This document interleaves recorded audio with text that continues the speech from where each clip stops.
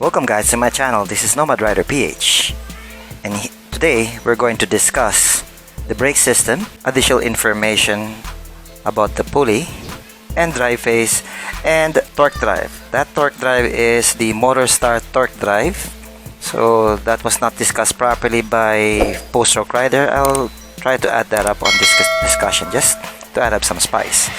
So before we begin, so hit that subscribe button. Also hit the bell icon to get the updated videos. Share if you like my videos, and if you have any comments or have any questions, please comment below on the comment below. I'll do my best to answer all of your questions to the extent that I can. Now, without further ado, let's begin. The things that we need are the following. So we need a socket wrench, an extended socket wrench that has an 8mm. Of course, 14mm, big one, and 10. I will also need a 12 because we're going to open up the back there. 1 liter of gasoline just for cleaning purposes, brake fluid, sealant. We're going to use that because I have a leak there in the starter, so I'm gonna check that out. So I bought this gasket, overlong gasket, Mighty Bond, because I'm going to fix that one there. Makita nyo yan?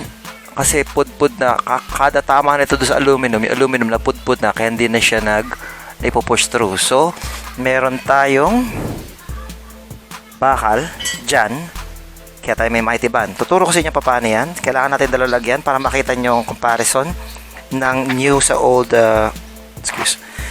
new brake fluid sa old brake fluid. Kailangan mo ng hose kasi yan ang hose na gagamitin natin later on.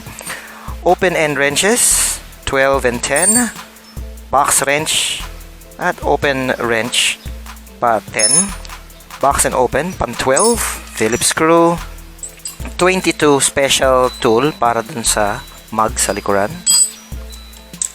and an 8 para po sa kanya. Now let's begin. So first things first, discuss natin paano ba at kung kailan ba tayo nagpapalit ng brake fluid. Well, depende sa gamit mo sa motor ko. Araw-araw mo gamitin yung motor, so mataas nga ang kanyang boiling period. Mayroon pa langgam sa mukha ko, sabihin yun, mataas ang boiling period, kaya nga ginawa siyang brake fluid kasi mataas ang ang boiling period niya.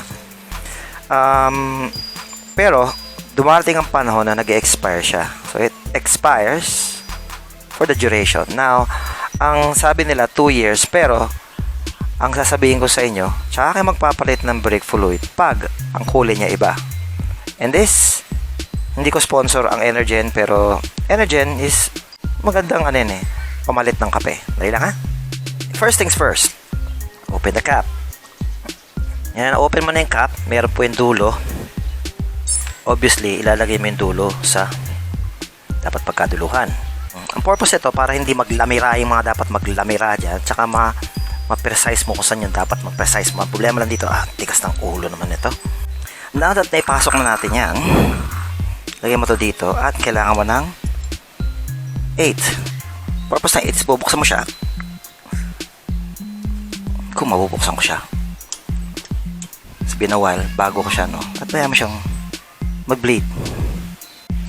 So we're just going to do a comparison kung anong kulay ng used sa non-used. Ngayon, pagka-press mo, sara, kaya mo siyang kumuha doon sa taas, press, bukas. Ang technique dyan is pagka-pindot mo dito, press, kasi kapares na pagbe-bleed kasi mo dami yung hangin, kaya pala naglolo ko yung aking brake. I-bleed out natin siya.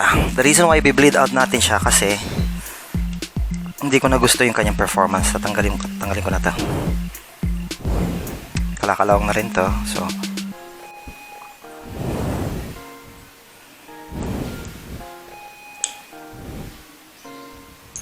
linisin na rin natin yan later on para hindi kaderdera. Para sa mga masaselan dyan na tao, gusto ninyo, maglagay po kayo ng tinatawag na what you call this, basahan dito, kasi pag natuloy na brake fluid yan, kawawa ang paint ninyo. So ilan na lang yung natitira dito, marami pa, wala na, dead na siya. So mamaya check natin yan at i-bleed out natin to dire-diretso. So keep that open, kaya mo siyang tumulo ng todo. Ngayon alam mo na difference ng bago sa luma, di ba? Used up na yung aking brake fluid. Yan difference, makikita yung difference. So the difference between a new brake fluid and an old brake fluid, once na makita mo na madumi na yung brake fluid mo at hindi na siya gato kaganda, obviously kailangan mo na magpalit. Ngayon at wala na siyang laman dito sa taas, i-bleed natin siya dito.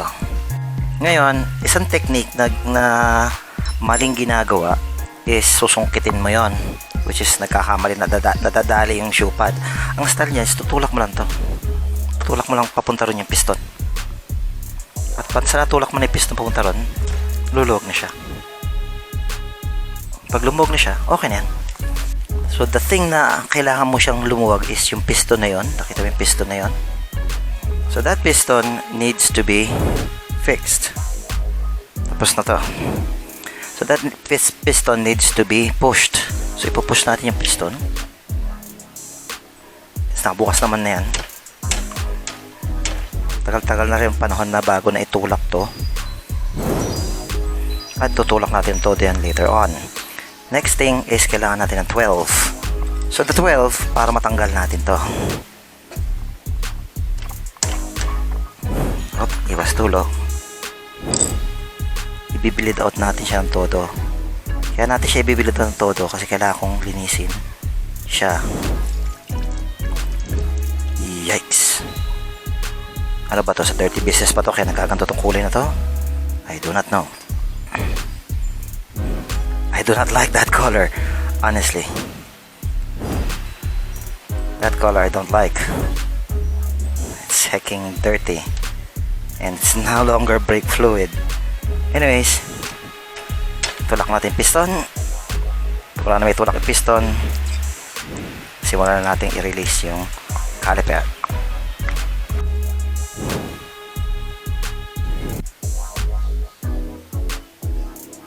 Sabihin ko sana mamaya na ulit pero matatanggalan natin yan, no? Maluwag na siya tanggalin.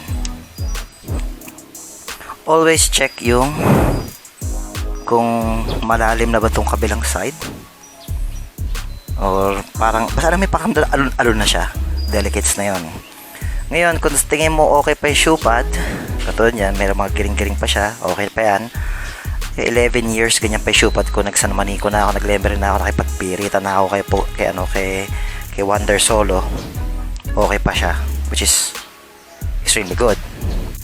Ito ang kinakatakot ko dito, which is pag matagal na yung SD mo, this one gets hard to be removed, and that will be my challenge later on, kung matatanggal ba natin to o hindi. Tanggalin mo yan. Karamihan to lagi nawawala, kung antay mawala yan. Punta tayo sa kabilang side, kunin natin aking trusted Allen wrench. So hanapin natin tamang Allen wrench para din sa gamit natin na yan. So ang unang i-release mo ay yung tinanggalan natin ng rubber. Where is it? There it is. I'm hoping na okay pa siya. Oh god, tigas. Hindi pa kasi ako nagpapalit ng shoe pad nito, so I'm really worried that this thing is gonna screw up. Kung may WD-40 kayo, gamitin ng WD-40. Kung wala kayo, di engine oil, pwede na yan. Pero it's not as efficient as WD-40, which is wala ako. So natanggalan natin siya. Ayan na itsura niya. After 11 years, ngayon pala matatanggal to. 2011, 21, hindi pala 11, 9 years, after 9 years, ngayon pa lang siya matatanggal. So Once na matanggal mo na yon, yung part na yon, madali mo na matanggal to. Lagantay mo na ng shoe pad, which is good. Original Suzuki.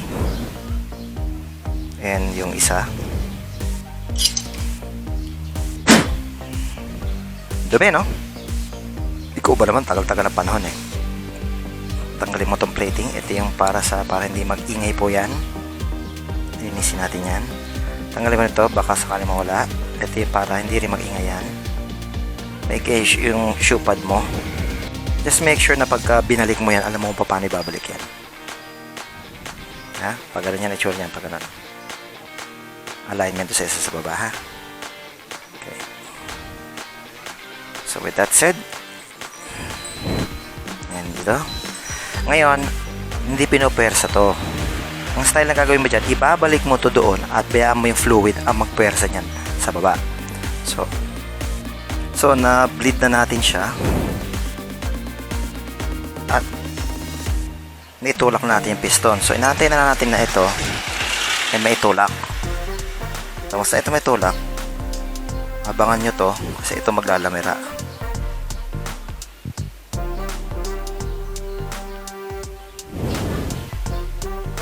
Okay, asan yung basahan ko? Baka ito maglamera. Tumilapon lahat sa lugar.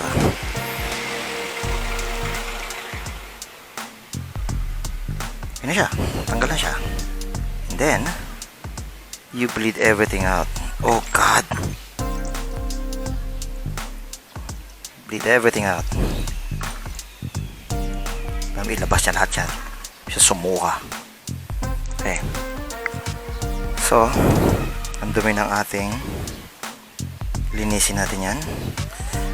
Kung gusto nyo, kung mabusisi kayo, linisin nyo rin yung wire, yung mismo loob na itong tubo. Kasi style na gagamitin nyo, kung meron kayong sirang speedometer cable, o kaya basta cable, padadaanin nyo siya doon. Tapos may tali kayo, hatakin nyo siya. Pero kung tinatin magagawa natin para mamaya, kung makikita ko pa yung lumang speedo cable ko na naputol, at yun ang gagamitin natin para ibilid ng todo to. To be environment friendly, guys, do not throw things sa imbornal at kung saan. Okay, tapos na yan, di ba? Malinis na yan. Next, tatanggalin mo ito. Tanggalin mo to. Dapat natatanggal yan. Ito nung wine ay na matanggal. Siguro matanda na siya, matagal na. Kaya hindi siya matanggal. Yon. Diba? So, titingnan mo kung okay pa siya. Normally kasi ito, kinakain to ng kalawang. Itong part na to. Kaya dapat dito, linisin mo to, gagrasahan. Kung gusto mo pang mabusising tanggalin yan, tanggalin mo yan dito. Kaya patanggalin mo muna yan. Can't remember if it's this one. Yes, tanggalin mo to dito. Mas matatanggal mo to dito. Tanggal na yung buong yan. Yung sample niyan, napapalitan yan. Ito, napapalitan din to. Tanggalin mo yon. Pero so far, so good pa naman. Okay pa. So, next thing is, linisin natin assembly. Linisin natin yan. Linisin natin to. Ito, tanggal. Diba? Linisin natin yan. Ito madali lang ito tanggalin. Sana hindi mapunit. Dahil sa katandaan. Punch mo lang siyang ganun. Then, ipupush mo siya. Tinahatakan mo siya dito. So, I'm gonna teach you how to clean a piston of a caliper. Kahit anong caliper, pag maglilinis kayo, katulad nyo, freshly tanggal ko yan, no? Huwag nyo siyang lilinisin ng paganyan. Bakit? Kasi nga, di ba, meron siyang repair kit. So, linis siya dyan, gently lang, na paikot. At yung party lang na damage. The rest of that thing is working fine. So, gamit ko Scotch-Brite lang. Huwag nyo siyang lilihahin ng lihang-liha. Ano na, para matanggalin lang yung ribaba na kung may ribaba na ando sa kanya. Napakiramdaman nyo rin. And then, that's it. I'm using just a portion of the water. Okay pa yung piston ko. Piston ng caliper.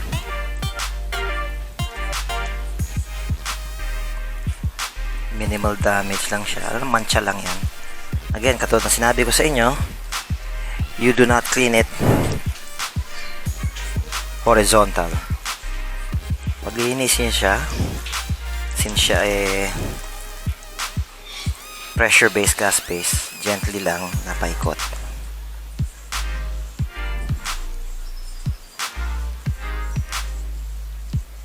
Huwag siya lilihain ha. Ito lang, scotch brite lang. Okay naman scotch brite. Sa pag naramdam niya parang nawala na yung ligas-gas niya, okay na yan.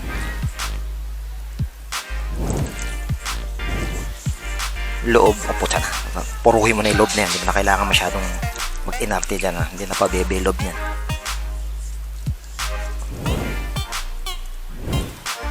So that's my piston right there. Now this piston has served me for 9 years. Huh? Ngayon lang nabuksan. Nagpapalit-palit ako ng pero ngayon lang nabuksan siya. Isip-isipin nyo.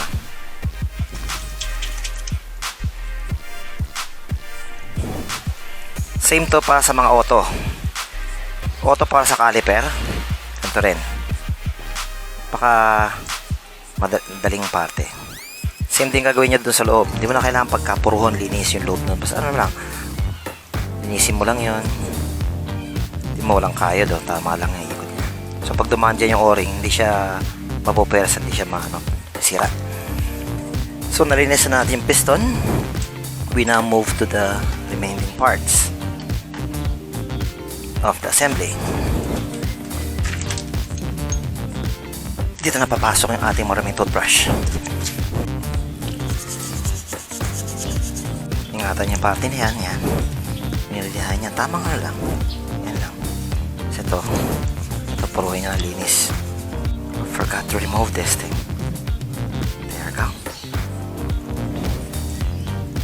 Ingatan niya. Huwag mo wala yung mga piyesa-piyesa maliliit na yan. Ako, Diyos ko po. Pwede naman siguro. Linisin mo lang yung tamang linis ng ibabaw. Pero wag po ilob ha. Ako mismo magkasabi sa inyo, never the inside. Bis na cleaning mo baka replacement ang kakalabasan yan. So we're just cleaning it. Ngayon pag nagkalik yan, papalitan mo yung o-ring na yan, at may repair kit na bibili po niyan, kaya wala problema. Sa akin, sabi ko sa inyo, cleaning lang tayo dito. Isin na rin natin ito.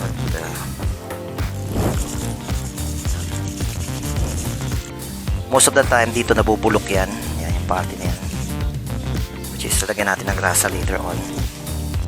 Pag yan nawala na yung linya yan, ibig sabihin palit na.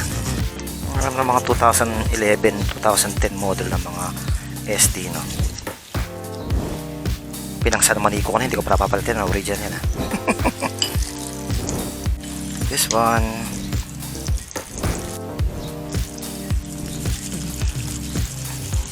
sarado naman to, kaya hindi basta kakalawangin to.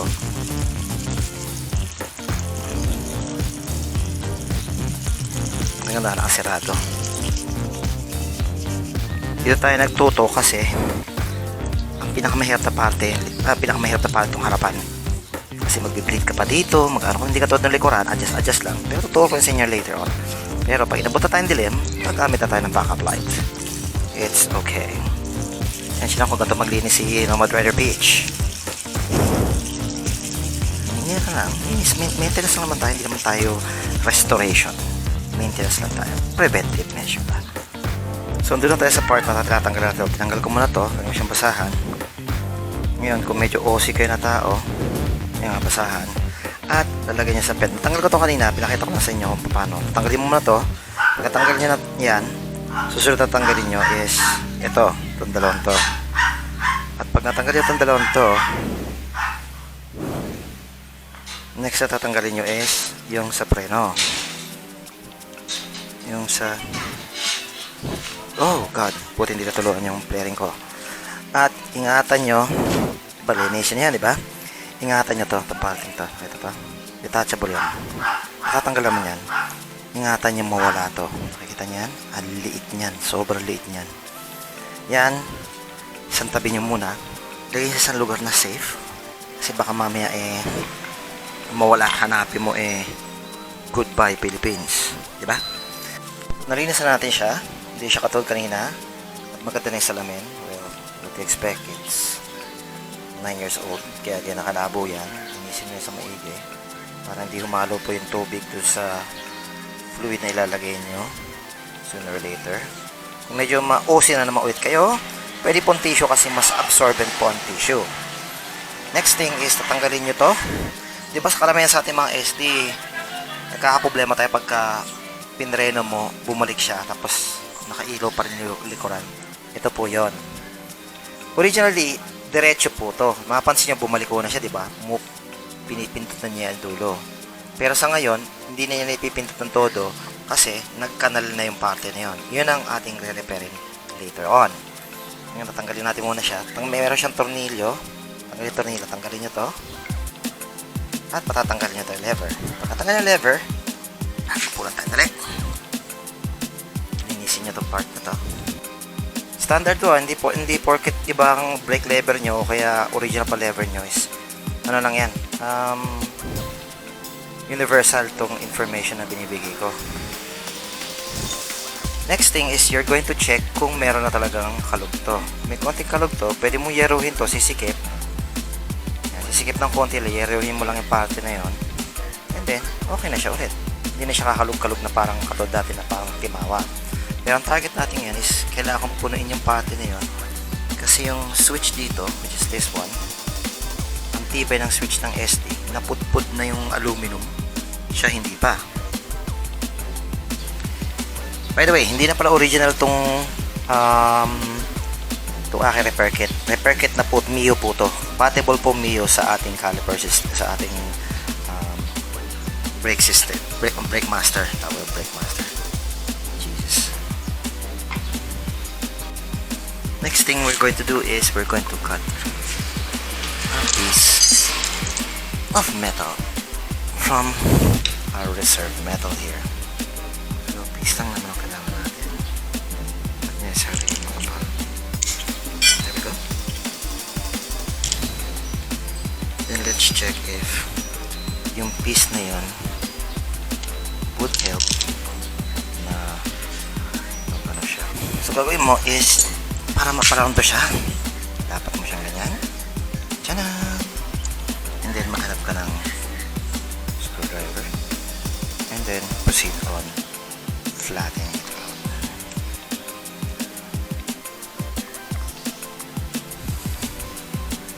There you go. See? Dapat na siya, diba?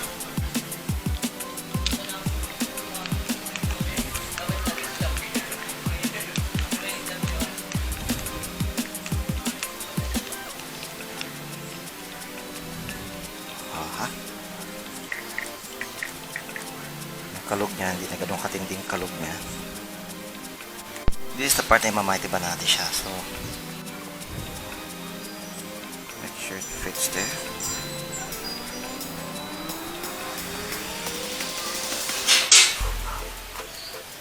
Now while we wait for that to dry up, okay, while we wait for that to dry up, let's discuss yung mga extra bonus ano natin. So, bonus information. Hindi ko na-discuss to sa CVT maintenance ko. This is the pulley. Yung second naman yung dati kong pulley na stock ng SkyDrive. Sira na to kasi kinudkod ko to, kalukuhan ko. Ginawa ko racing pero hindi mapapwede.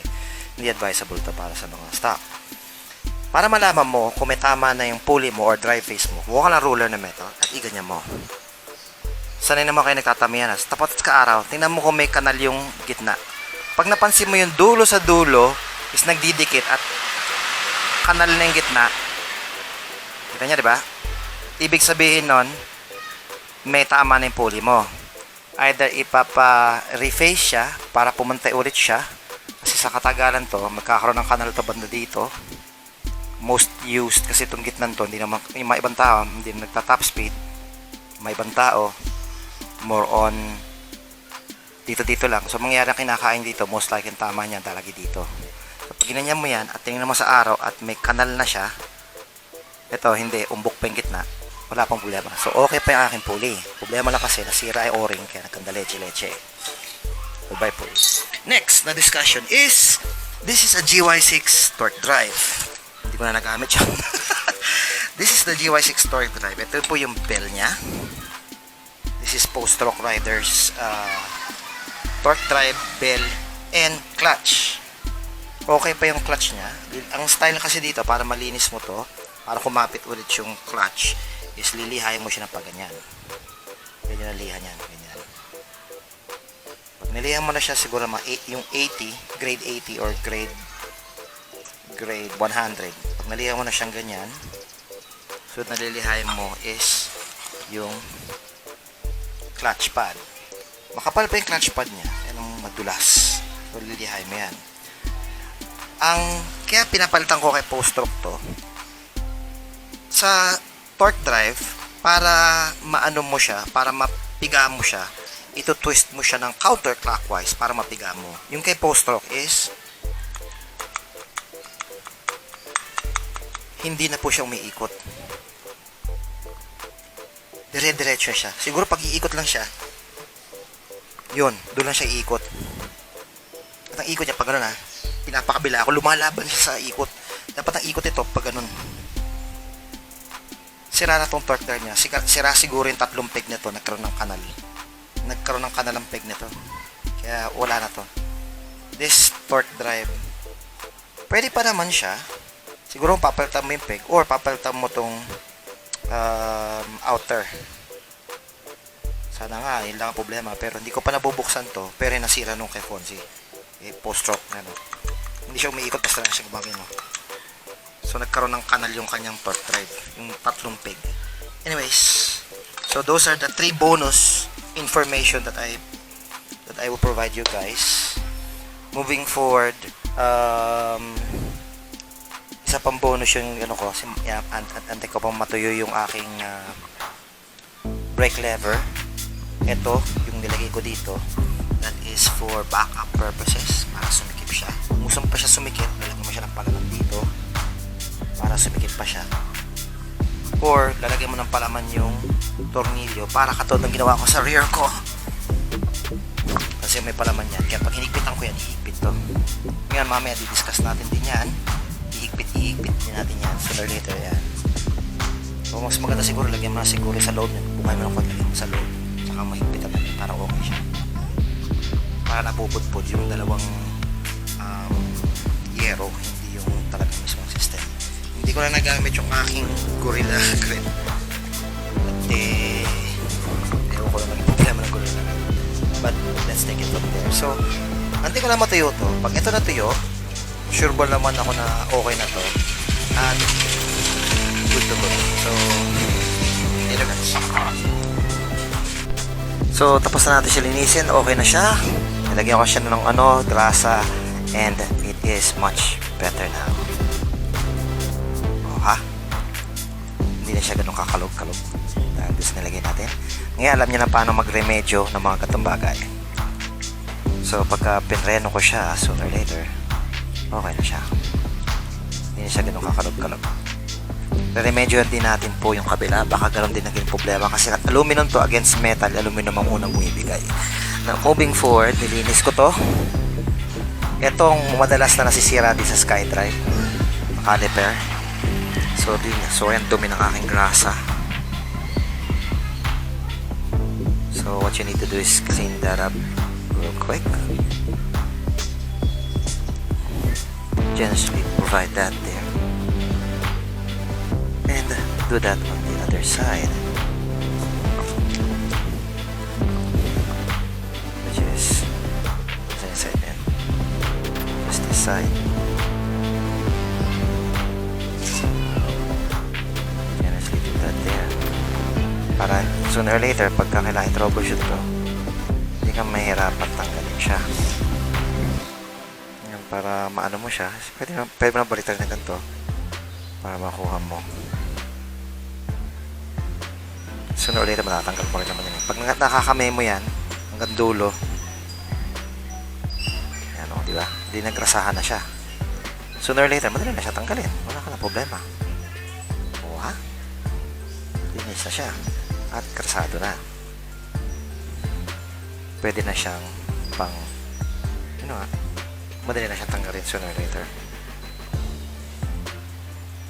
Di ba? So what needs to be done here is ibabalik natin yung mga dapat ibalik. Katulad na sinabi ko sa aking mga video kung paano mo siya tinanggal, gano'n mo siya kabit. Ito, binalik ko na to, okay na siya. Lalagyan mo siya ng fluid. Nilagyan mo siya ng fluid, napuno na siya fluid. As long as naibalik mo na lahat, okay na yan. So later guys, at ayusin natin to. Ngayon, kung mabusisi kayo, katulad na sinabi ko sa inyo, kung mabusisi kayo, talagang nagdadalawang isip kayo, kung meron kayang lumang, hindi brake cable, shifter cable, yun yung pang shifter na pang kids. Okay, so moving forward, so kung mabusisi kayo, shifter cable po ng racer or mountain bike ang gagamitin nyo dito, patatagusin nyo po doon, yung kabilang dulo po nun, lalagyan nyo ng tali, yung tali niya ginagamit sa nylon, pero yung nylon na eksakto lang, tapos lagyan nyo ng basahan nyo, hatakin nyo ngayon to, malilinis na yung buong tubo nyan, hatakin nyo, lagyan ng basahan nyo, ganun po yung ginagamit na pagka naglilinis ng barrel, kasi mamamaril ang aking repats dati. Yung ganun po ang ginagawa. So, mabalik tayo ngayon. Kakabit na natin ang mga bakal. And then, let's take it from there. Kung nga pala, gagrasahan pa pala natin to. Tutuyuin at gagrasahan. Siguraduhin natin wala siyang kahit anong water sa loob. Later guys. So, inabot na tayo ng gabi. Ang hirap niya i-bleeding. So, na-bleed ko na siya. Ayun na siya. Na-bleed ko na siya. So, ito-test ko pa yan tomorrow kung okay yung kanyang gulong. So far naman okay. Hindi siya ganun ka sikip. So, lalapat pa yan. Pag lumapat yan, okay na yan. Sa ngayon, okay na siya. Wala na siyang hangin. Nabot na ako ng gabi para sa bleeding lang ng caliper. Again, huwag nyo kakalimutan po ito. Itong patin to, yung goma na yan. Grasahan niya yung mga tornilyo. So, yung mga screws niya, grasahan nyo. Okay ba? Okay na yung caliper, oh. Yung piston, okay na, oh. Okay na to. Nagkanda hirap ako mag-bleeding. Kanyang karami pong fluid ang nagasos ko. Kasi bobombayin mo siya, tsaka mo siya i-bleed. Bobombayin mo, bukas mo to. Bobombayin mo, bukas mo to. Bobombayin mo, bukas mo to. Ganun kahirap po yung procedure. Sa ngayon, lumalapat pa po yung kanyang shoe pad. Lalapat pa yan at i-retest pa natin yan tomorrow. So hindi pa dumating yung aking 12mm na socket kasi hindi ko matanggal yung manifold ko, yung aking canister na aking tambocho. So ipopost pa natin. So yung binlag ko lang, ito lang, okay dito. So, hindi na siya ganun kakalogo. Diba? So, tomorrow, aanin natin itong likuran. Ganun din siguro gagawin natin sa likuran. Lalagyan natin siya ng palaman. Gagrasahan natin cable para hindi siya ganyang katigas. Gagrasahan natin likuran. Dapat palitan ko na likuran kasi manipis na siya. Kasi nakailang turn na ako siguro mga 2 inches na yon. Kaso, dahil sa dahil sa likuran, dahil sa in-adjust ko yung arm niya para ma-compensate yung haba nito. So palitin na yung kanyang rear. Yun ang problema. And then kung may time pa tayo tomorrow, linisin natin yung carb at check natin yung panggilid. Pero ang priority ko is malagyan ko ng overhauling gasket yung solenoid, yung starter, yung paligid ng starter, kasi nagbe-bleed ako dito. Linis ko pa ng gasolina yan. So tomorrow na natin yan.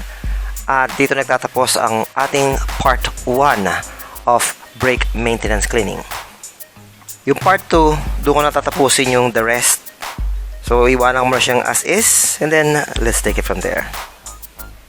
Later guys. Okay, so this is the part 2 of the brake maintenance. So I took the liberty of removing the muffler ko at yung tires. So if you notice, yung tires ko is Kailangan ko linisin din yan. Medyo manipis na rin yung kanyang outer layer, pero okay na rin. Pwede pa naman. Anyways, moving forward.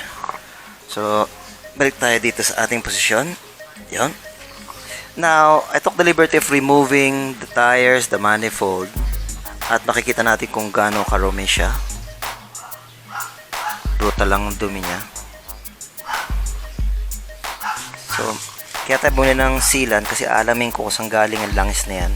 Suspecha ko galing yan dun sa galing yan dyan sa starter. So, tinanggal ko na to. Basta tanggalin ko yung isa sa kabila at saka isa. Ngayon, meron na tayong, this is not an alcohol, this is unleaded, to clean that and make sure that the work area has plastic underneath, newspaper, and make sure everything is organized. Anyways, so moving forward, balik na tayo sa ating SJ6. So patingin ko muna to, lipat tayo sa camera. Okay. So next na tatanggalin natin ay yung this one. Once I've removed this, linisin ko yung mamaya. At patatanggalan natin yung starter. Malalaman natin kung ano naging problema ba't nagkaganon. Ba't siya nagkaroon ng leak. So that's my car protector. Let's place it back here. There we go. And then we remove the other one. And then we remove everything else. So pagkatapos ng tanggalin to, sorry guys kung medyo tapos natin tanggalin to, yan, diyan ka lang, natanggal lang natin si starter. So tanggalan natin si starter. So dito nanggagaling yung leak. Baka itong o-ring na to hindi lumalapat or may tama itong o-ring na to somewhere causing that leak, and we'll get to that part later on. The most important part is we need to clean that, and the only way to clean that is we need to pour gasoline on it. This is going to be a tough one. Now I need to cover this part here kasi dito nanggagaling yan ito kailangan i-cover ko to. Kung nakikita ninyo ano naman si SJ6 pagdating sa low light, unga at ang dumi po niya sobra. So maghahanap tayo na po pwede ko i-cover dyan kahit nakitang ko naman tapon na yun po pwede ko linisin natin to, then I'll get back to you guys. Iwasan ko na rin na tamaan to kasi diretso to sa pulley. Kubero ko rin to, kubero ko yan, and then let's take it from there later guys. Okay, so I've covered that to the extent that I can.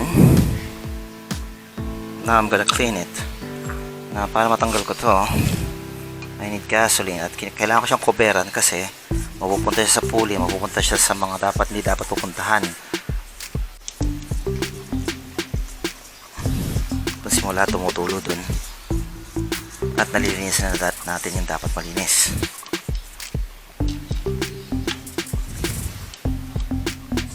Sana linis yung carburetor kaso tsaka na.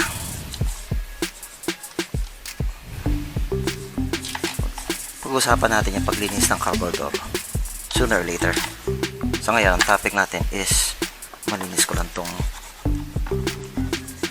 dapat malinis dito at linisin na rin natin itong solenoid. Make sure na pagkalinisin mo to pababutin doon, linisin mo lang yung mga dapat linisin dito sa side dito.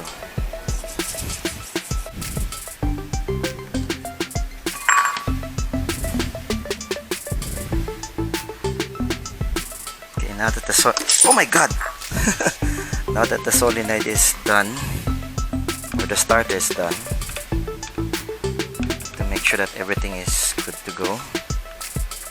Ano nangyari? Walang ayos na siya, di ba? Oh, good to go na yan. Para pagsalpak natin mamaya, okay na siya. Set aside. Set aside. Then we clean this part here. The top part. Just nagkaroon tayo ng issue. In case if you're going to do maintenance, always protective eyewear, because you might not know if baka mamaya pagpisak ng toothbrush may retso sa mata natin. So umabot siya hanggang dito sa baba. Kailangan ko linis pa yung gunk na yan. So balikan ko kayo later, guys. Tapusin ko lang to, ha. So we have cleaned the whole thing. Katulad na sabi ko, ayan, malinis ko na siya. Nalinis ko na yung dapat malinis. Ito susunod na lilinisin natin. Now, hindi ko alam kung paano linis ang gagawin ko rito, but I'll do my best to clean it as much as I can. So, ang pagtanggal nito is ito muna. Oops, sorry. Pagtanggal nito is ito muna, and then the top part. Pag natanggal mo yung top part, tatulak mo siya pataas. Forward, I tell. Cut. Kasi sumulot nga isa. Okay, tanggal. So natanggalan natin yan. You clean this with soap, not with gasoline. And then you clean this one out, which is the most disgusting thing. Maganda kung paintbrush ang gamit nyo, pero ako toothbrush. Tagal-tagal. Kasi pagka paintbrush kasi makahalukay, may dapat mahalukay sa loob Kaya tayo maraming dyaryo Importante maraming dyaryo. Yung dyaryo ang absorb ng mga dapat i-absorb. Talagang it is best na pagka meron kang motor, marunong ka ng mga simple maintenance. Ako sa inyo, kung kayo restrain nyo na lang yan. Pero ako, since wala ako restrainer, tapon ko lang sa dyaryo, biya ko na lang yung dyaryo mag-absorb ng mga dapat absorbin. So, linisin ko muna yung mga parts, and then balik ako kaya after. Pala, tatanggalin mo to. Pag natanggal mo to, hugutin mo to. Pag nahugot mo na to, yan, nahugot mo na siya, gagrasahan natin yan. Pero balikan ko kayo later, guys.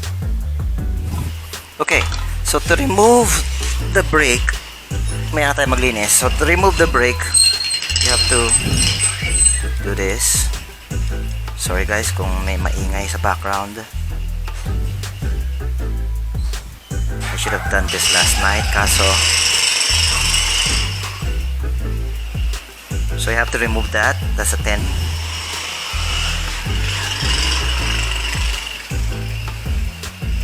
There. And then you pull this out. Light taps. Kasi tagal-tagal na rin na hindi na tanggalan na.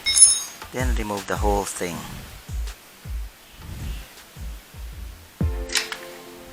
There it is. So linisin natin to. Ito siya. Linisin natin to. Kaya siya may groove kasi dyan mo ilalagay yung kanyang grease. And then let's take it from there. So at the moment, andito na tayo sa part na puro tayo linis. Later, guys. So andito na tayo sa part na maintenance. Mansin mo yung tornilyo ko dito is lost thread na.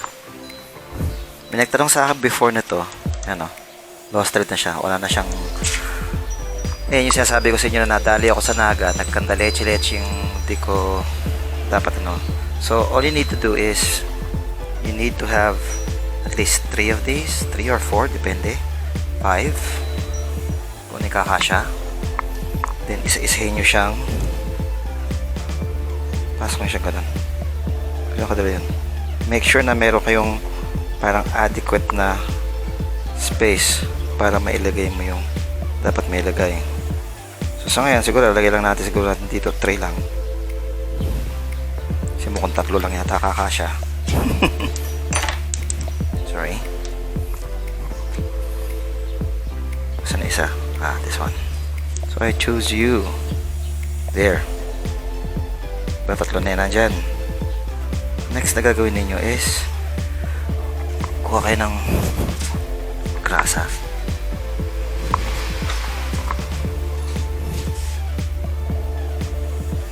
And you stick it like that. Sorry, bumaksak yung aking starter.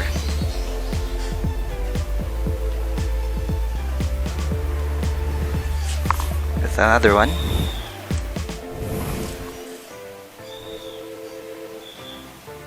Stick it again. Like so. Ikutin nyo lang yung Phillips screw na ganyan. Yung kung mabusisi kayo, pwede nyong ayusin yan. As in yung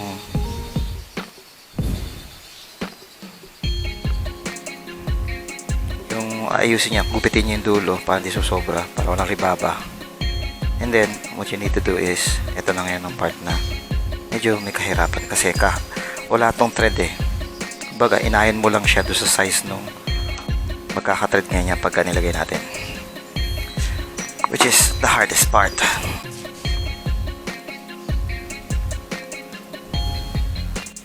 Pero sooner or later, baka bumili akong bago nito. For the meantime, ganyan na lang muna siya.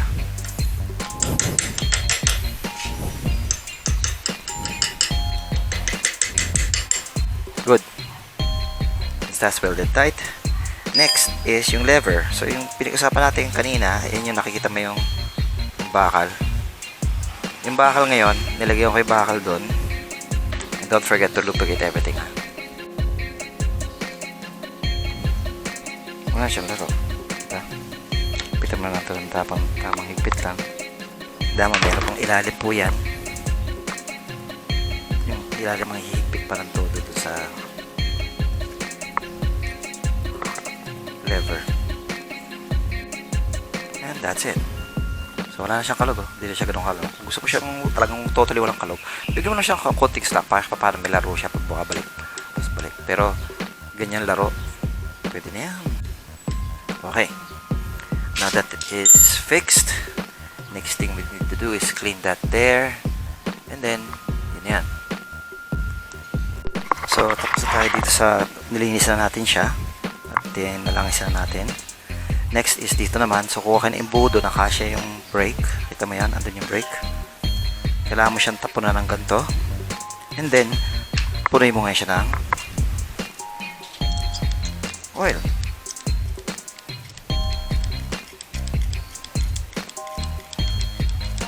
I prefer engine oil, which is Pertua. So, lahat ng gamit na dala ko is Pertua. So, you have to just push it here. Pumoy mo lang siya ganyan. Sooner or later, bababa yan. Aabot yan hanggang dito. Pero kung gusto mo talaga ng maximum effect, make sure na yung goma dito is tanggal. Makaya nga siya. Saka mo siya hihigit. Yung ganyan mo lang siya. Bababa yan eventually. At papupunta yan dito sa buong cable. Later guys, medyo matagal-tagal to. So, ang importante do, alam niyo kung paano maggrasa ng cable. One more thing, note. Okay, naayos ko na, no? Nalinis ko na. Pag gagawin niyo yun, tatanggalin niyo yung goma. Hindi mo tatanggalin goma, iakit mo siya. Tatanggalin mo siya sa aluminum. Tapos gawin niyo yung procedure ko kanina. And then, yung buong cable na yan, mapupuno na yan ng langis. So, that's how it works. So, okay na siya. Nilinis ko na rin pati yung tulo dito. Okay na siya. Next is this one. Ito na sinabi ko, di ba may kanal yan. Kasi gaganon yan. Yan. Yan may kanal yan. Kasi mo siya. May ano na siya. Kasi pag ganun yan eh. Kahit anong angle yung gawin niyan, gagat-gaganon pa rin yan. Hindi nilagay yan, gagat-gagat pa rin yan. So, balik tayo sa paglalagay ng grease. Sorry medyo puno palahibo yung ano ko eh. Masaya lang kayong mekaniko. Ano ito yung tag dito, personal maintenance ko to. Sooner or later, I'll buy my own thing. So, later guys, ha? So, pagkatapos ko siyang gasahan, yan, gasahan mo siya. Pasok mo siya doon. Any excess, remove it.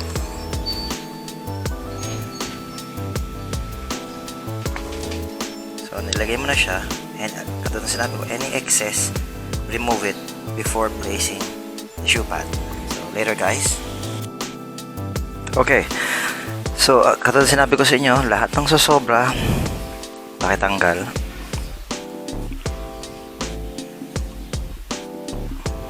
Okay na yan. Hindi na mag-squeak. Next thing na ilalagay mo is yung pinatuyo nating. By the way, yung nilinis ko, yung aking, ayan na siya kalinis. Linis na? Alright. Wonderful. Ngayon makikita mo ng pagiging kamote ni Magnus. Kamote Marikina. Shout out sa inyo mga guys. So this is already clean. That is already clean. Linisin natin loob, then gagasahan natin para madali siyang tanggalin at i-maintain. Yan ang mga pagkakamali minsan natin mga ka-STs. Hindi natin nililinis siya. Pag natanggal natin yan, hindi natin nilinis at saka ginagrasahan. Ako, nung unang kuha ko tong motor na to, binusisi ko lahat ng parte nito at ginagrasahan ko. Para kung sakaling dumating ang panahon i-maintain ko siya, madali siya i-maintain.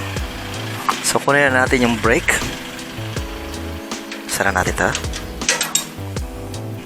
Patong natin ulit dito.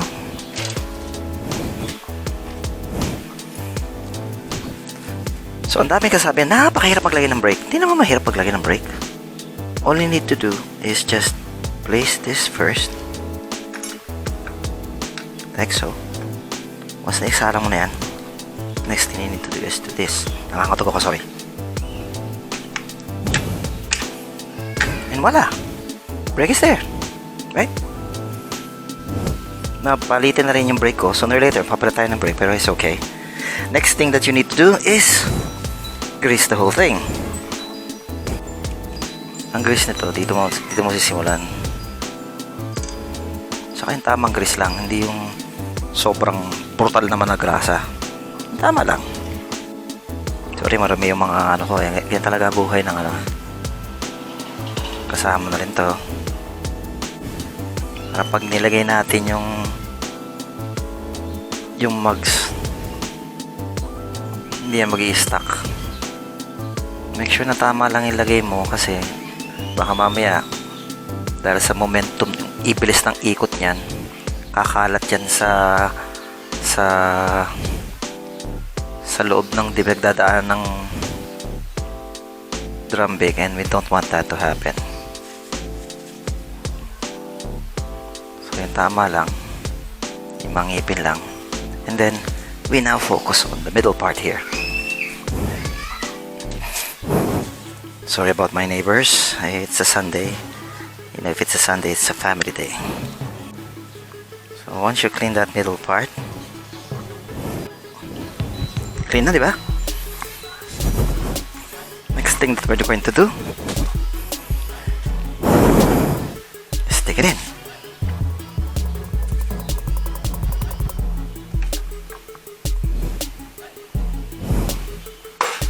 Di ba? Pero nakadali yun. Punasan mo lang ito, hindi mo lang kailangan pagka-brutalan ito na asa mo na yan, okay na yan. Tapos punasan mo na rin ito. Ngayon, hindi kayo magkakamali dito kasi yung flat nito, yun na nakadikit dun, yung parang may o-ring nya, yun na sa labas.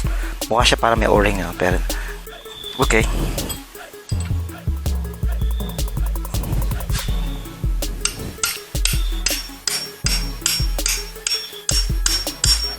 Be careful not to hit the mugs.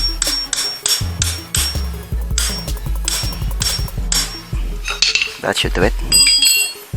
May 20 to, pakasyang-kasya to do sa... So, okay na yan. Next is yung angle niya. So, kukunin natin to. Ito, at ito. So, newsflash. Inulit ko yung procedure. Tinanggal ko muna yung gulong at isinabay ko ito sa pagtanggal.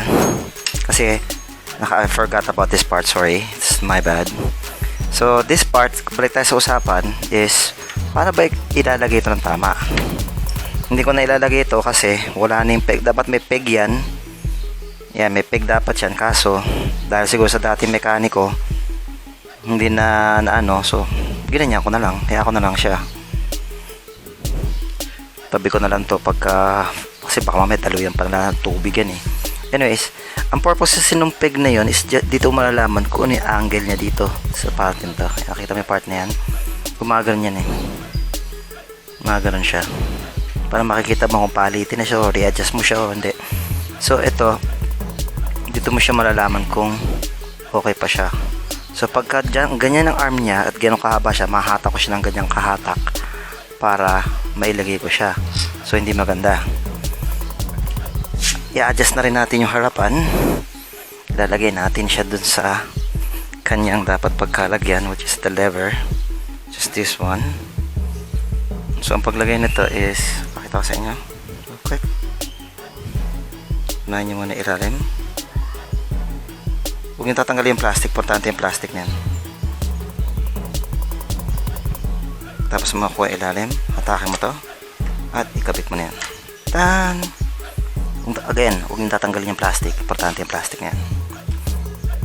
Basta natanggal mo, once na ikabit mo na siya, hatakin mo siya. Tansyahin mo kung tama lang ba yung angle. Yung inilagay mo sa kanyang arm, yung distance. Kung tingin mo tama. Sorry, nakatingala.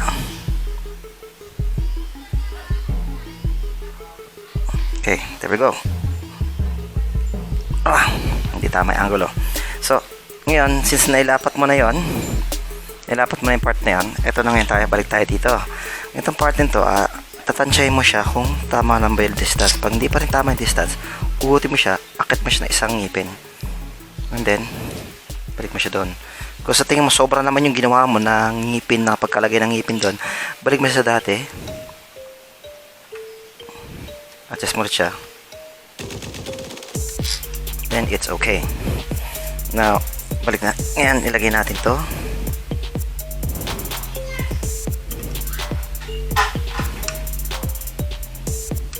Ngayon mga ka-SD, hindi to sa taas, sa baba to. Sa ibang motor to, sa taas to.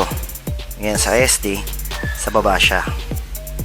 Once na nakuha mo na yung tamang layo, lock mo na siya doon. Kuha ka ng 10. Ano mo siya, sa huli mo na higpitan yan. Yung tamang higpit lang. Na maglalak lang sa part niya. Okay.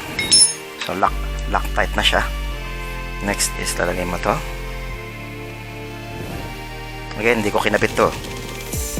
Hindi ko na kinabit yan. Hindi sa nakalimutan ko, hindi ko talaga kinabit. Ayaw ko na ikabit yan. Pero bago may ilagay yan, huwag makakalimutan yung spring. Yung spring natin, bigyan ko na isa pang technique sa spring. Sa spring, pagpansin nyo hindi na ganun kalakas yung pagre-retract nya, hatakin yan.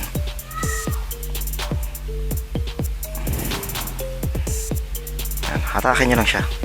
Tignan mo ito doon. Lagyan mo ito dito. Napin mo yung dulo. Ngayon, ang technique ko dito sa pag-adjust mo para malaman mo okay yung brake mo sa likuran is you're gonna use your feet to feel the turn of the tires, and then while you're doing so, you squeeze the brake with one finger. Pag sa tingin nyo ganyan lang siya, tumitigil siyang ganun, tumitigil siya doon ng isang daliri lang, at sa tingin mo sobrang lakas naman yan, baka mamaya mag fishtail ka, adjust mo ulit siya ng siguro mga isa o dalawa, depende sa ano mo. Then adjust, check mo ulit siya. Okay, that seems to be fine.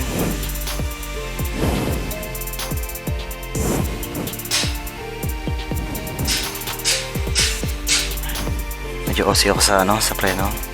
Just na isa. Again, you get to feet. You turn the tires with your feet, and then you brake this with one finger. Para maramdaman nyo yung pinaka parang kung yung lalim ng kung kumakagat na ba siya o hindi pa. Baka mamaya kasi kaka-adjust mo, doon naninikit na para siya before mo pa siyang kalabitin dito, naninikit na para siya. So dito malalaman. Yan yung ganyan. Okay, since nakuha mo na yung tamang procedure ng ano mo, we now move to installing everything. Tapos na ba tayo sa lahat? Hindi pa, yung solenoid pa. So mamaya natin kabit yung iba, in the rest. Okay na tayo sa brake. Okay na? Okay na rin tayo dito. Okay na tayo sa kabila. Ito, hindi na ganun kakalog, oh. Ganda, diba? Ganda. Anyways, ang style na gagawin natin dito ay this one. Diyos kong tumi ng kamay ko. Kalinis kong tumi. Ang ilalagay mo siya, palahibo. Lalagay mo siya dito. Yan, oh. Lalagay mo na siya sa paligid ng o-ring. Yung overall ng gasket. Tapos ididikit mo siya doon. So since tapos na tayo dito, we now remove this one. Check natin kung may nakapasok. Wala. Wala nakapasok, which is extremely good. Ganito. Wala nakapasok dyan. And then, we'll take it from there. Kung yung kakalimutan na ito, siksik mo to. Always check this part kasi this part, ako ginagawa ko, nilalagay ko electric tape po to mga guys. Lagyan mo electric tape po yan para hindi pasukin ng tubig kasi sooner or later mag-i-stack ang tubig dyan, at pag nag-stack ang tubig dyan, kakalawangin yung pinaka loob nito, and we don't want that. Yun na nga ba sinasabi ko, kinalawang na nga eh. So what we're going to do with this one is linisin natin ng gasolina. Muli ko na nga to, siguro sa dating mekaniko ko na pinagpaayusan ko nito. So linisin natin to, lagyan natin ng grasa, balik natin siya, at electric tape natin yung dulo. Okay, so later guys. So linisin na natin siya. Ayan na siya. Gagasahan ko na siya ngayon para kahit paano so tumagal siya. Buti na sinilip ko. Isa rin sa mga ano yan, ang mga additional information ko para sa inyo. Yan. Make sure that everything is clean. Good to go. Next, katulad ng sinabi ko, para maprotektahan natin siya, nalagyan natin siya electric tape. Ang ginagawa natin to is preventive measure na hindi na maulit yun. Kayo, may mga motor din kayo, baka gusto nyo na rin silipin yung mga may starter ninyo. Kasi ako na nagpalit akong starter, it was already too late. So now, so yeah, medyo makalata, hindi tayo ganun ka-organized. We now get the gasket. So what we're going to do is, makikita mo yung dulo niyan, yun ang pang bubutas mo to sa kanya. Puk. At pag nabutas mo na yun, that's it. Ngayon, nasa inyo, gusto nyo gamitin ito, ayaw nyo gamitin, pero ako hindi ko gagamitin yan. Pagka pang pinpoint uses lang yan. Gagawin ko dito is, I do this.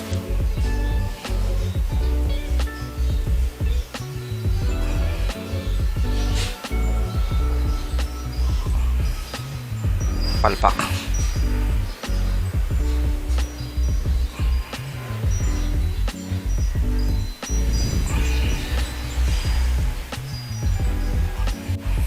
Then, once na nagawa mo na yun, i-align mo na siya sa dapat pagkailanan. And make sure you don't make a mistake on how you do this thing. Because if you do, you're gonna have a serious problem. So, una mo ng uso.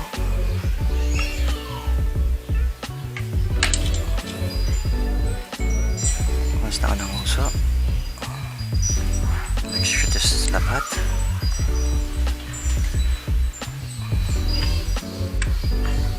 Yon. Okay.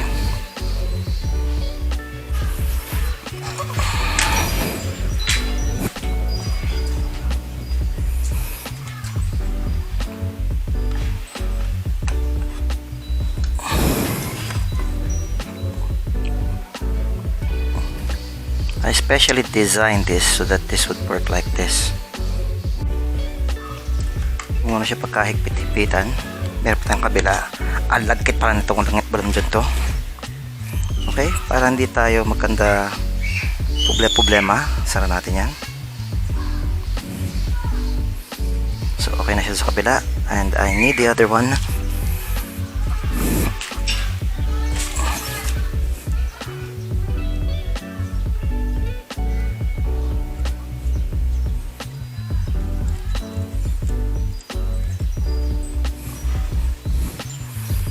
Once I have this fixed, this is the time I need my socket wrench. Hindi ko na nilinis to kasi maintenance ang habol natin, hindi kung ano man. Ito, ang dami nagkakanakwa na to. Sandi mga wawa naman yung mga kapwa natin kabaro, ninanakawan ng ganito. Kahit wala na akong kaya nakagaya niya kasi cooling pa rin yan. Hindi ko siya actually talagang dinidiretsong bukas kasi pag binuksan ko, kaya tinabunan ko yan. Isang way yan na nagpapalamig ng pulley at drive face. Kasi isipin mo, umiikot yun. Kumakayod ang belt doon. So kung tinakpan mo yan dito, anong sense pa? Saan kukuha yung drive face ng lamig? Pag tinakpan mo to, tinakpan mo yan. Umiikot lang yung init. Habang umiikot, lalong kakaproblema ang belt mo.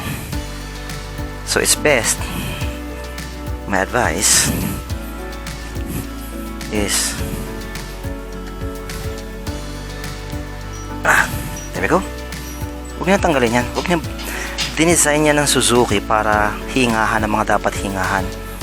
So bayan mo siyang ganyan, bayan mo siyang huminga. Importante yan sa kanya. Okay, so now that's done. Ayos na yung kanyang solenoid. Nalagyan na natin siya ng sealant. Ikakabit na lang natin yung muffler. Nahigpitan ko na to. And that's about it on this vlog. So thank you guys for watching my channel. Should you have any questions, like I said at the beginning of the vlog, feel free to comment below. Don't forget to click the subscribe button. It greatly helps me as a creator and it greatly helps the channel. Well, so the next time that we're going to discuss is shocks. Discuss na natin mga brakes, shocks, and carb. So if I'm able to get a hold of a stock carb and an injected carb of a SkyDrive together with an aftermarket round type and flat type, meron na akong flat type dyan, we'll discuss how the carb works. Also, we'll discuss about shocks and mga tamang shocks. So ngayon, tsagain ko muna to, palitin na to kasi nag-bleed na po siya. 9 years. So like I always say, stay humble, be true, ride safe. Thanks for watching.